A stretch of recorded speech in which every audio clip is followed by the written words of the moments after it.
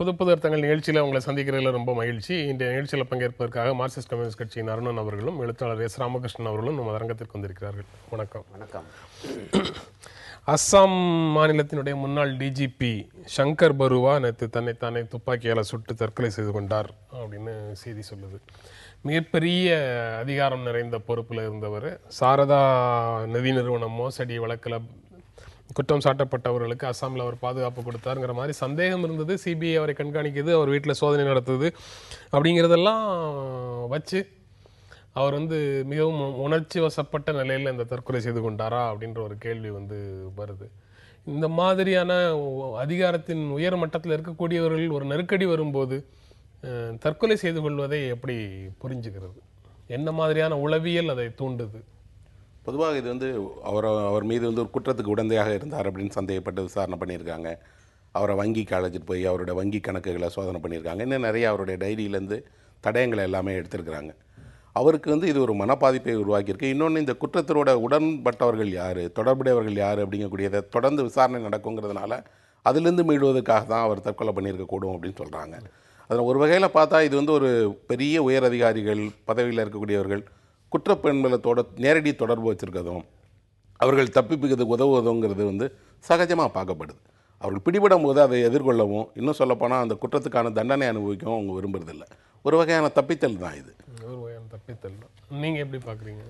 இந்த சாரதா நிதி மோசடி அப்படிங்கிறது மேற்கு வங்கத்தில் மம்தா பானர்ஜி ஆட்சியில் நடைபெற்றது என்பது எத்தகைய பாதிப்புகளை எல்லாம் கொண்டு வந்திருக்கு. பக்கத்து மாநிலத்தில் ஒரு டிஜிபி, மிகப்பெரிய உயர் அதிகாரி, அவரை கூட நேரடியாக பாதித்திருக்கிறது என்பதை பார்க்க முடியுது. எனக்கு என்ன ஒரு முக்கியமான விஷயமாக பகிர்ந்து கொள்ள விரும்புகிறேன்னா, இந்த குற்ற உணர்வு என்பது சாதாரண மனிதர்களை விட உயர் மட்டத்தில் இருப்பவங்களை அதிகம் பாதிக்கும் என்று எனக்கு படுது. ஏன்னா ரொம்ப உச்சியில் இருக்கிறவங்களுக்கு இத்தகைய பேச்சுக்கள் அல்லது அவரை பற்றிய வருகிற இத்தகைய செய்திகள் அவங்கள ரொம்ப பாதிக்கும். சாதாரணமாக சொல்லுவாங்கள்ல, ரொம்ப உச்சிக்கு போனால் அடி ரொம்ப பலமாக விழுந்தான்னு, அந்த மாதிரி அவங்க ஆயிடுறாங்க. நம்ம எவ்வளோ பெரிய ஆள், நம்மளை பற்றி இப்படி ஒன்று வந்துருச்சு, அது உண்மையாக பொய்யா என்பது நமக்கு இப்போ தெரியாது. ஆனால் அவர் மனதுக்குள்ளே ரெண்டு வகையாக ஓடக்கூடும். உண்மையிலேயே அவர் குற்றம் புரிந்திருந்தால் அது வெளிப்பட்டு விட்டதே என்கிற மிகப்பெரிய உளைச்சல் ஏற்படும்.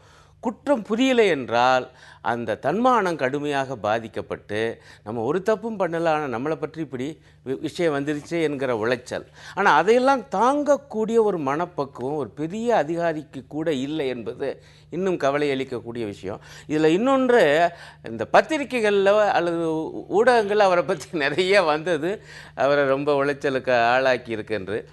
ஊடகங்களுடைய பொறுப்பு பற்றி கூட விவாதிக்கப்பட வேண்டும் என்று எனக்கு படுது. குறிப்பாக இந்த தனி மனிதர்களை பற்றிய செய்திகள் வெளிவருவதற்கு பாருங்கள், அதில் இன்னும் கூட கூடுதல் பொறுப்புணர்ச்சி ஊடகங்களுக்கு வேண்டுமோ என்று எனக்கு படுகிறது. எந்த விதமான ஆதாரமும் இல்லாமல் அவர் மேலே கடுமையான குற்றச்சாட்டுகளை முன் வச்சு ஊடகங்களில் செய்தி வந்தால் அது ஒரு மனிதனுக்கு இயல்பாகவே மிகப்பெரிய அழுத்தத்தை கொடுக்கும். அவர் குற்றம் செய்யாதவராக இருக்கும்போது அந்த தன்மான உணர்ச்சி அவர் மேலே இப்படிப்பட்ட அபாண்டமான குற்றச்சாட்டுகள் முன்வைக்கப்படும் போது, அபாண்டமான குற்றச்சாட்டுகள் முன்வைக்கும் போது அவர் தன்மானம் மேலோங்கி மயிர்மைப்பின் உயிர் வாழாக்க வரிமான் மாதிரியான முடிவுகளுக்கு அவர் போக வேண்டியது இருக்குன்னு பார்க்கலாம்.